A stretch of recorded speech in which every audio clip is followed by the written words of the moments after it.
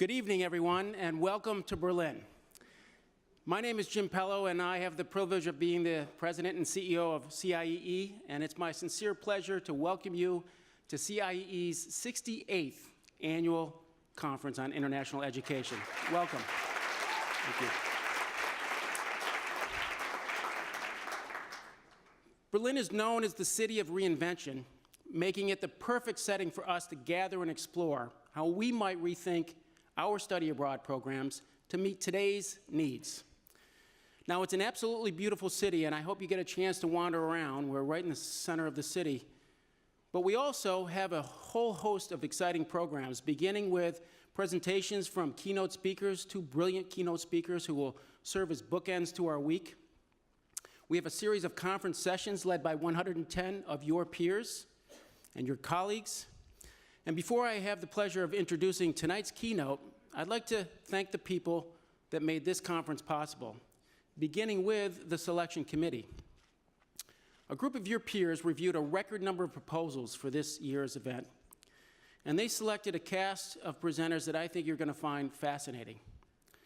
The committee included Anna Maria Wiseman of Wofford College, Ellen Sales of Oberlin College, both members of our ACB, Brooke Blahnik of University of Minnesota, Scott Vandermeed from Brandeis University, and Rebecca Hovey from Smith College. So please join me in thanking this year's selection committee.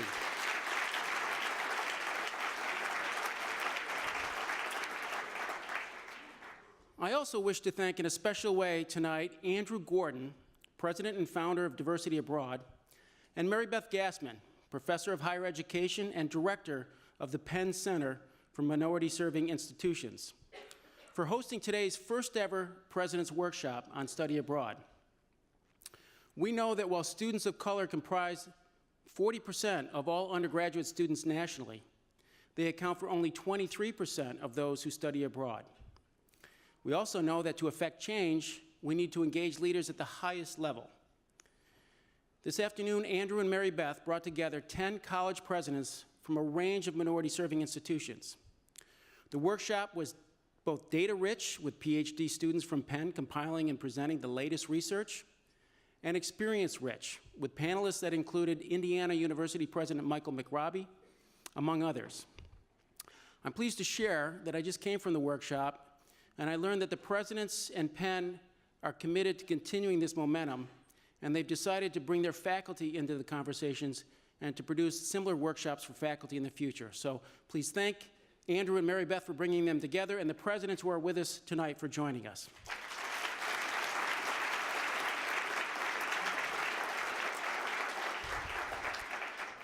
As always, I wish to extend a very special thank you to CIEE's conference team for organizing this week's events. It includes not only this series of events here at the hotel, but also Thursday's reception at the HAMBURGER BAHNHOF Museum of Contemporary Art, where we'll gather tomorrow evening, and Friday's reception at the REICHSTAG building for a special reception for members. So please thank the CIEE conference team for another wonderful job.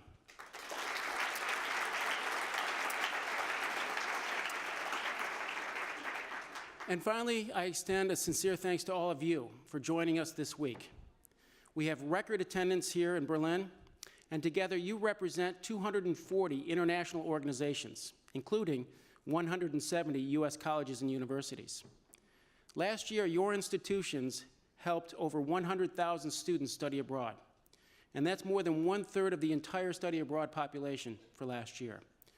So clearly, you represent a collection of leaders in international education with the ability to influence the direction of the field and to open doors to thousands of additional students. Opening doors is important. Research on the impact of study abroad continues to roll in, and we read every day that international study can help elevate students' GPAs, accelerate their time to degree, open doors to employment and graduate education, and perhaps most importantly, develop intercultural skills that students will use throughout their lives. In addition, we know, each day on our campuses we hear from our leaders, presidents, provosts, and deans, calling for more international programs that serve all academic disciplines. More and more we hear our faculty interested in leading students abroad. And each week, it seems, we read in the Chronicle of Higher Education another donor making a large contribution restricted for study abroad. Now, our study abroad roots are anchored firmly in programs that focus on language and culture, the humanities, and social sciences. But our campus communities are asking for more programs in all academic disciplines, especially STEM and health programs. They also seek more experiential and more undergraduate research opportunities. Meanwhile, we see the full year and semester program numbers declining or flat, while short-term and faculty-led programs are exploding. So how do we maintain fidelity to our core, to our roots, while we embrace these rapid changes in our field? Now, the good news is we live and work in communities that value critical thinking and problem solving. And that's precisely what will happen this week. Your colleagues will invite you to rethink and have conversations about virtually every element of study abroad. In the sessions, we'll be rethinking how the International Office responds to student and faculty shifts. We'll be rethinking and evaluating the most important skills to nurture our students, a conversation that's been happening on college campuses for 2 centuries, back to the Yale Report of 1828, if anyone is a higher ed administration scholar and knows their history. We'll also be rethinking religion, an especially important theme considering our current world tensions. And of course, we'll be thinking and rethinking about how best to engage technology and its impact on the international experience. In short, if you'll permit me to use a well-worn cliche, as we strive to open doors for more students from more academic disciplines and more all socioeconomic backgrounds, we need to think outside the box. Now, in the abstract, we all understand the notion of thinking outside the box, but on a practical level, what does it mean truly for study abroad? So let me share 2 quick stories, one about a global organization that successfully remained true to its mission, its core, while reinventing itself for today, for the future. And a second story about the most recent survey from hiring executives around the world. Now, I'm not going to talk about Apple and Google and Amazon and all those kind of easy transformational conversations. Instead, what I'd like to do is talk about pizza. Happens to be my favorite food, but also has a good story behind it. Yes, even pizza guys need to think outside the box. In 2010, Domino's Pizza, the second largest pizza company in the world with billions of dollars in sales, faced stiff headwinds. Their sales had flattened, their profits were declining, and they realized that their model had reached its maximum potential. So what did they do? After looking hard at their core, they decided to remain true to their mission while throwing everything else away. They threw away their US-centric market focus. They threw away their very pizza recipe, the secret sauce. And they got rid of their delivery approach. And I know you're asking yourself, what in the world does pizza have to do with study abroad? But stay with me. There's 3 ways I think the metaphor aligns nicely with what we'll be discussing this week. First, the senior folks at Domino's realized that 95% of the world's population lived outside the historic US market. And they realized that to reach more people, they needed to look outside their core constituency. In our world, roughly 6% of study abroad students are foreign language majors. So that means roughly 95% of study abroad students are drawn from other academic majors. And so we ask, what does this mean for us? What does trying to serve the other 95% mean for study abroad? Second, Domino's realized they needed to seriously revisit their recipe, their ingredients. Pizza, ordered by phone and arriving in 30 minutes by fast delivery guys, had hit a wall. The traditional recipe that had worked for decades in the US was in need of reinvention. New ingredients and a new menu, nuanced to intercultural sensitivities around the world, was what was required. And so I ask, in our world, might this be a parallel for our comfort and even our preference for traditional study abroad programs?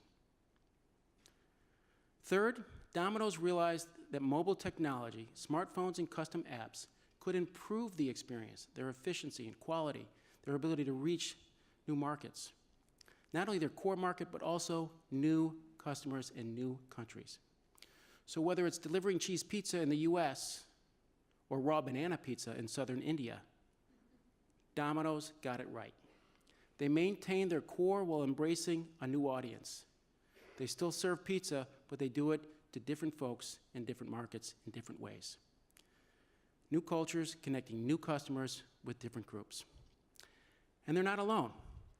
According to HR professionals at 367 large employers in 9 countries around the world, surveyed recently by Booz Allen Hamilton, the most important skills in the 21st century, regardless of country or culture, were intercultural skills, foreign languages, overseas study, teamwork, and leadership. No surprise to this audience.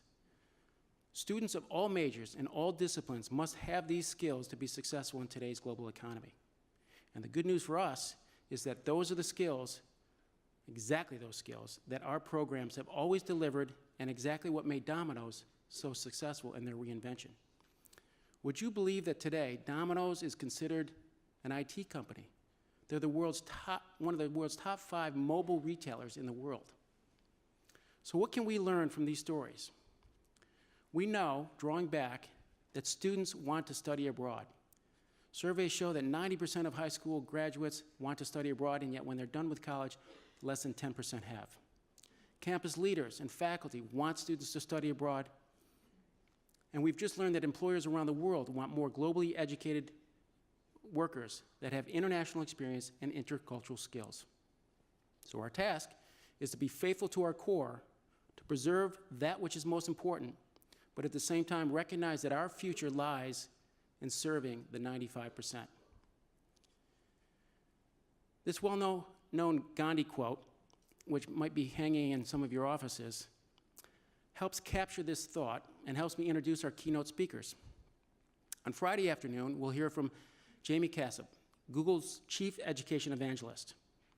Jamie was born and raised as a first-generation American to a single mother on welfare in New York City's Hell's Kitchen, and he's living proof of the power of education to open doors. He'll be with us after lunch on Friday. And tonight, we have the supreme pleasure of hearing from renowned architect and innovator, Daniel Libeskind. Daniel's architecture and design combine tradition and new thinking, calling on his deep knowledge of music, philosophy, and literature. He began his life in Poland, where he was a celebrated child musician. He continued on to a kibbutz in Israel and ultimately emigrated to the Bronx. Daniel is renowned for his ability to evoke cultural memory in buildings, and he's designed the breathtaking Jewish Museum right here in Berlin, which I encourage everyone to find a little time to sneak out and visit. Daniel was selected as the master planner for the rebuilding of the World Trade Center in New York City. He's held academic chairs and lectured at scores of institutions, including the University of Toronto, the UK College of Architecture, the University of Pennsylvania, Harvard, Yale, the Architecture Intermundium in Milan, where he was a founder and director, and dozens of other schools. Daniel and his wife and business partner, Nina, are currently working on more than 40 projects around the world in places ranging from Busan, South Korea, to Dresden, Germany. So please join me in welcoming tonight's keynote, a true 21st century Renaissance man, professor, architect, musician, philosopher. Please welcome Mr. Daniel Libeskind.